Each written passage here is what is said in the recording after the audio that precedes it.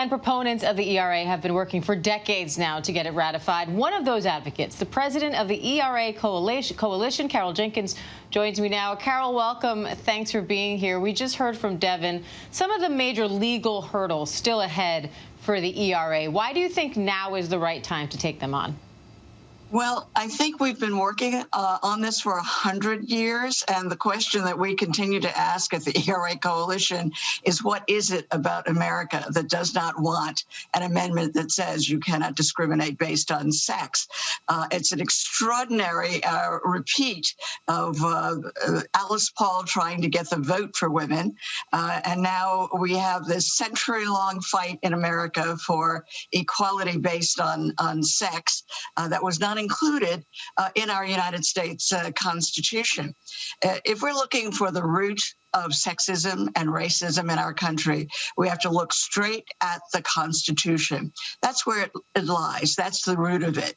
The Constitution was written by slave-holding men who refused to even put women in the Constitution, much less anyone else that didn't fall into the white male purview. So we've dealt with this since the beginning of our society. We see that we still have inequities. We have pay inequities, of course, that Devin so wonderfully talked about in his piece, and thank you, Devin, for that great piece. But we also have to look at things like poverty. Most of the poor of this country are women trying to feed their children and house their children, even if they're partners in a relationship where there are two breadwinners. The fact that they don't still make what a man makes is detrimental to life in this country. So the good news for America is that we have met the requirements for passing an amendment.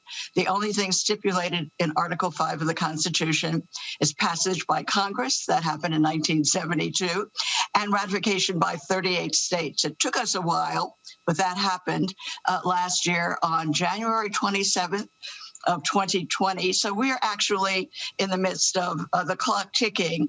On January 27th of 2022, the ERA becomes a reality. And of course, we do have that problematic thing of the time limit that we are still dealing with, but we're in Congress, we're in court, and we now have a wonderfully supportive administration that has stipulated from its campaigns and in all of its agenda items now that it expects to put the Equal Rights Amendment in place. So we think that this is the year, 2021 is the year where we resolve this controversy. Now, given this deadline from Congress that this had to have been passed by, I think it was 1982, could this mean that you have to start from scratch? We don't think so, and we adore Ruth Bader Ginsburg. One of our heroes of our movement, always an extraordinarily supportive person for the Equal Rights Amendment. She said if she could see any amendment passed, she would want it to be the Equal Rights Amendment, and she has suggested that we need to start over again. And what we say at the ERA Coalition is that, sure, we can. It would probably take us another 100 years before we get something as simple as you cannot discriminate based on sex in the Constitution. Can you imagine, with the Congress the way it is now, so fractured, getting 2/3 of an agreement on anything, much less equality for women, and then sending it out to the states and getting 38 states? So sure. As a coalition, we have worked on that, and Carolyn Maloney, the chair of the Oversight Commission, has for years introduced a bill that we support that would effectively start over because the language is changed. We could do that. But we are trying to honor the effort of Alice Paul, who in 1923, after she did the Voting Rights Act, said that there was one more thing that was missing from our society. And she was so right, because if you look at the inequities that we have, we've thrown everything at it. Money, energy, time, all kinds of brilliant ideas on how to create an equal playing field in this country. And we have not succeeded. We've made progress for sure. So we've got to amend the Constitution. It's been amended 27 times before, when people have discovered, oh, yeah, we need this, we need that. And now this fight over saying that you cannot discriminate based on account of sex, you're telling me that it's already taken 100 years and we should start over and do another 100 years. So our great-great-granddaughters might enjoy this kind of equality when we know that the public, we've done our research, our polls indicate 90+% of Americans say, of course, women should have the same rights. There should be no discrimination based on sex. But this small group of legislators who have managed to keep it at bay for these many years, is about to change. We know that we have a new Senate, we have a new administration, we have a new Department of Justice, and we believe that this is the year where we could absolutely make this happen. And Carol, I want to address some of the criticisms because, we heard Devin talk about some fears that this could backfire in a way, that the ERA could maybe cause the repeal of laws that favor women in certain aspects, like child custody cases. And then there's the other camp that just says, we don't need this. The 14th Amendment already protects women, and so do many other laws on the book. So why do we need this amendment?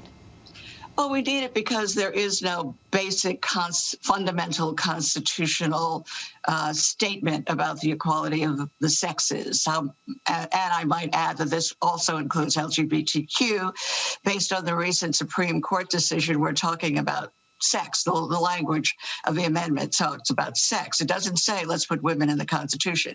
It just says discrimination based on sex would be something that would require some sort of recourse or punishment.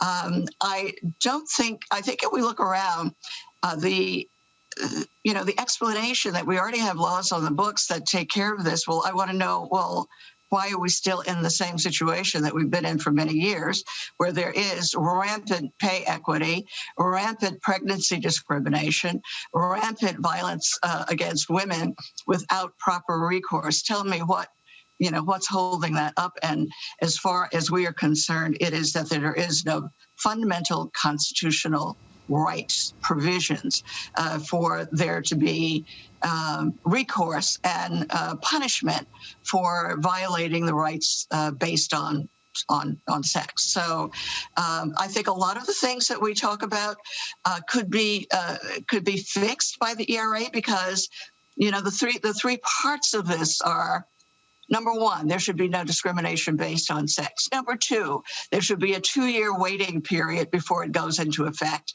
as we are gloriously in, and we soon will be out of next year. And the third part is that it gives the ability to create the laws that we need to put equal rights into effect. And therefore, people are already looking at the laws that they would want to create that would actually be the underpinning of equality of the sexes in the United States of America. So it's more than just that one. I mean, we like to say, too, it's a very simple amendment, but it also has power in it, and it gives us the power. I love this idea of feeding hungry children, creating a law that would, as is proposed now in the Congress, where children who are starving and have and that's 1 out of 3 children in America, who don't have enough food. Let's create a law that feeds the children of the women and the men, because it's not just women that will benefit, it's men as well. All right, Carol Jenkins, president of the ERA Coalition. Thanks for your time this morning. Thank you so much. And thanks, Devin, for the great report. We will relay. Hi, everyone. George Stephanopoulos here. Thanks for checking out the ABC News YouTube channel. If you'd like to get more videos, show highlights, and watch live event coverage, click on the right over here to subscribe to our channel. And don't forget to download the ABC News app for breaking news alerts. Thanks for watching.